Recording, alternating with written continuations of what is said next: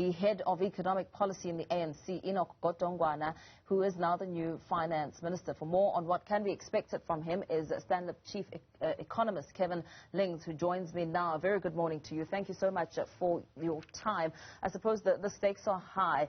Tito Mboweni left a lot of work and a lot of achievements in his portfolio, but there were also many challenges. What are the expectations from Enoch Godongwana? Good morning. I think that initially there's not going to be any significant change in the overall approach. I think the policy has been fairly well articulated, certainly within National Treasury and I would say broadly the macroeconomic policy. So I'm not expecting to see substantial changes. Obviously, over time, Enoch will bring his own flair to the job, and you'll start to see some of his own policy ideas move through into the economy. He is coming in at a fairly favorable time. By that I mean we've got this tax revenue overrun, which is very healthy at the moment, and obviously that allows him some scope to bring finances under control, to show that there's more fiscal discipline. Even though we're spending a lot more money as a result of the unrest, the tax revenue overrun is going to exceed that. So I think he's going to be able to present in November when he does the medium-term budget. I think Enoch's going to be able to present decent numbers, and that's a good start for him. And then we'll see how he starts to implement some of his own policy, and there's a huge job ahead of him to get policy going and to get growth and employment going. We also know, I mean, you speak about the timing, sort of when he comes in terms of the timing and what it's looking like on the financial aspects. But we also know that there is a certain history that he comes with, especially looking at the stance on corruption that President Cyril Ramaphosa has taken.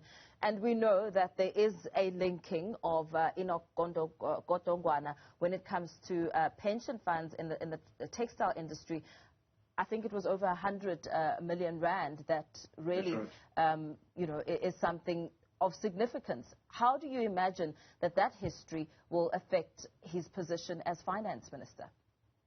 I would say that it's already having an effect. If I look at just even last night, as soon as the announcement was made, news reports around those previous scandals were circulating. We've had a lot of requests from foreign investors for more information on Enoch and the background and asking questions around the pension issue. So I think that in South Africa's environment, it's critical that this is clarified. You can't have a finance minister operating effectively with this sort of corruption cloud from the past. So I would urge that there's some sort of clarity brought to bear with regards to the historical issues. It's critical when we look at what happens to South Africa's credit rating, the way we attract foreign investment, and also for the country as a whole, given the history that we've had in terms of this corruption and now the fight back against corruption. It's critical that the finance minister is seen to be certainly above that. So I would urge that is dealt with as soon as possible, and that additional information is divulged in terms of what was the net outcome of those issues, which we don't have a huge amount of detail about right now. And I think that that would, at the start of his role as Minister of Finance, would then set him up to start to implement change in a confident way. He's essentially a fresh face in cabinet, but considered an old hand in politics. And if we have to do some sort of comparative analysis to former Finance Minister Tito Mboweni, who was well known by the financial markets with his history in the space, and now try and get an idea of how he needs to instill confidence within the ratings agencies. How much work lies ahead for the new Finance Minister? So I think he's got to obviously establish relationships with all of our key investors.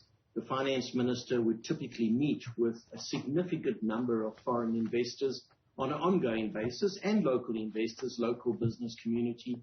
The finance minister would have to attend the G20 meetings, and that represents the face of South Africa in the global financial arena, and that's obviously critical for us. The finance minister engages with institutions like the World Bank, the IMF. That's also critical for us. So there's quite a long road ahead for him to establish that international credibility and also become, I guess, more known domestically. I think the economists know him quite well in South Africa because he's been developing economic policy for a long time in the background. And most of the economic policy we see in front of us at the moment, Enoch would have had a critical role in the thought process, in the development, and in the fine-tuning of that policy. But in terms of the financial markets, perhaps he's not quite as known. I certainly think he's got the capability. I think he's got the understanding. I think his policy approach will be initially very, very similar to Tito's. I think it has become more practical in nature over the years. He will certainly focus on trying to encourage employment, trying to encourage infrastructure. But at the same time, I think he's mindful of the need for something like an income grant in this country and to make sure the social policies are appropriate and that we can finance them. I don't think he will simply advocate that government spends more money if we don't have the tax revenue to support that. So I think that you're going to find policies are fairly similar. There are question marks around how does he feel about a state bank? How does he feel about national health insurance? How does he feel about prescribed assets? There are a whole range, land redistribution, there are a whole range of issues that will come back up again because you've got a new Minister of Finance, just to get some sense of where he sits on all of these issues now. But my feeling is that he's fairly practical in how he looks at policy under current circumstances, and I think we'll get familiar with the markets. The other massive advantage he's got is that he's got a very capable department behind him. National Treasury, I think, is in a reasonable shape. They've got a huge number of talented people, skilled, experienced individuals, and so they will do the day-to-day mechanics of the finances, and he can spend more time in a leadership role and in trying to move policy forward. Right. As we continue our conversation here for the viewers at home, you'll see that in the window is some movement at the Union buildings ahead of President Cyril Ramaphosa swearing in some of the new ministers that we heard last night. We will take you there as soon as that process gets underway. As we continue our conversation here on the impact of having a new finance minister. You spoke earlier about the midterm budget. Do you believe that Enoch Godongwana has enough time to bring in his signature into the overall plan? Look, the midterm budget would normally be presented in October. It's already been delayed to November. That gives him a little bit more time to get familiar with the process, but no, most of the documentation, most of the policy pronouncements have already been set, and I think that you'll see that just being translated into the medium-term budget. I don't expect, as I say, to see him implement any significant change at that point. So we're really looking then at next year in the February budget, and then I think you'll start to see his own ideas coming through into how the budget is set up, into how he wants to focus over the next few years. And he will see it, I think, as a medium-term set of objectives. He will understand that it's about policy implementation. It's not about trying to come up with new policies. I don't think that's what you're going to see. I think we've got a significant array of policies, and the policies are generally appropriate. What I think you're going to see from the minister is much more of a focus on implementation.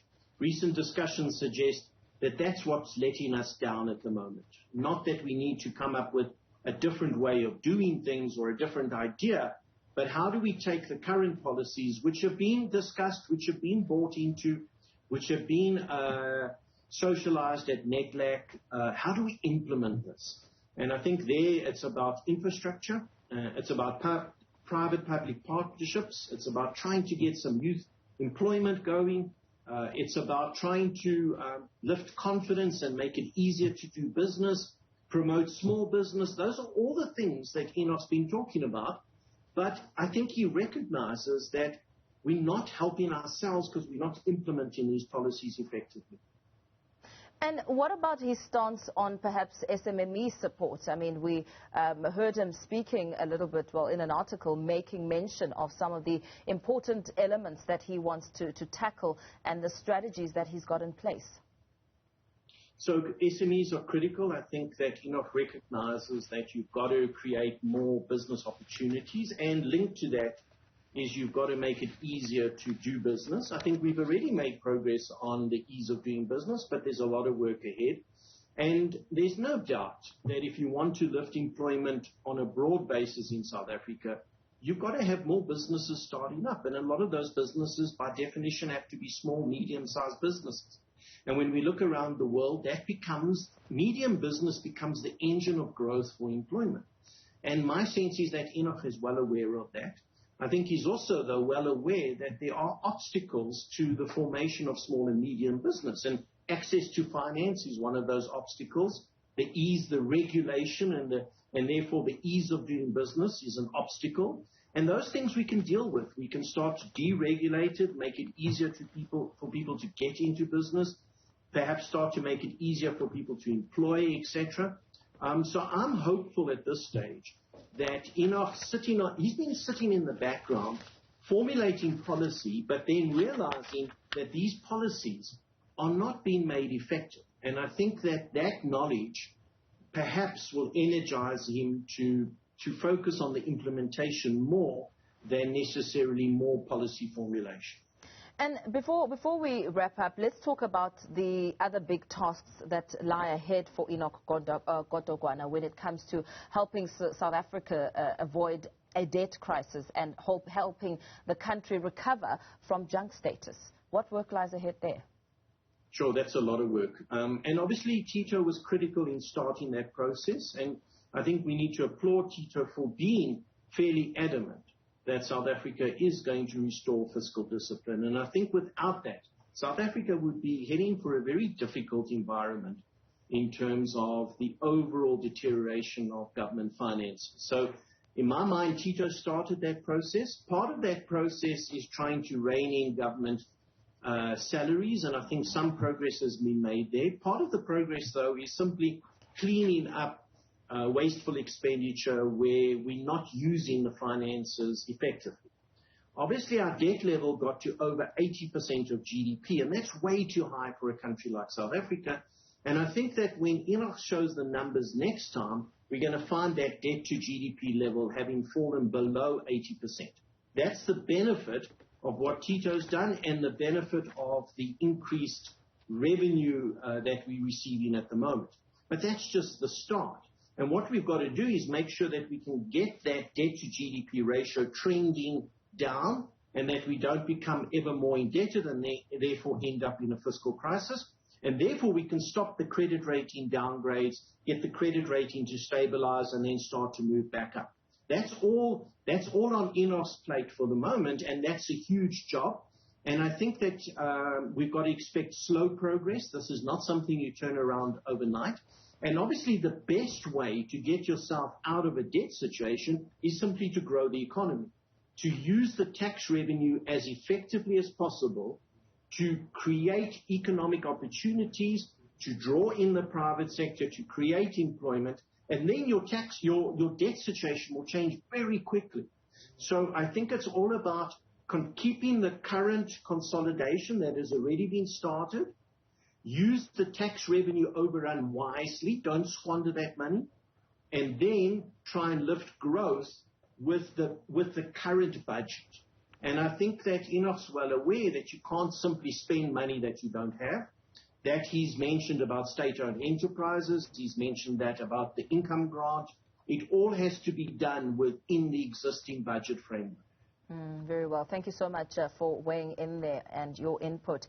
Kevin Lings, Stanlib chief economist, speaking there and giving reaction, of course, to President Cyril Ramaphosa's cabinet reshuffle, the finance minister, Enoch Godongwana, the many challenges and perhaps opportunities of stepping into the position at a time like this.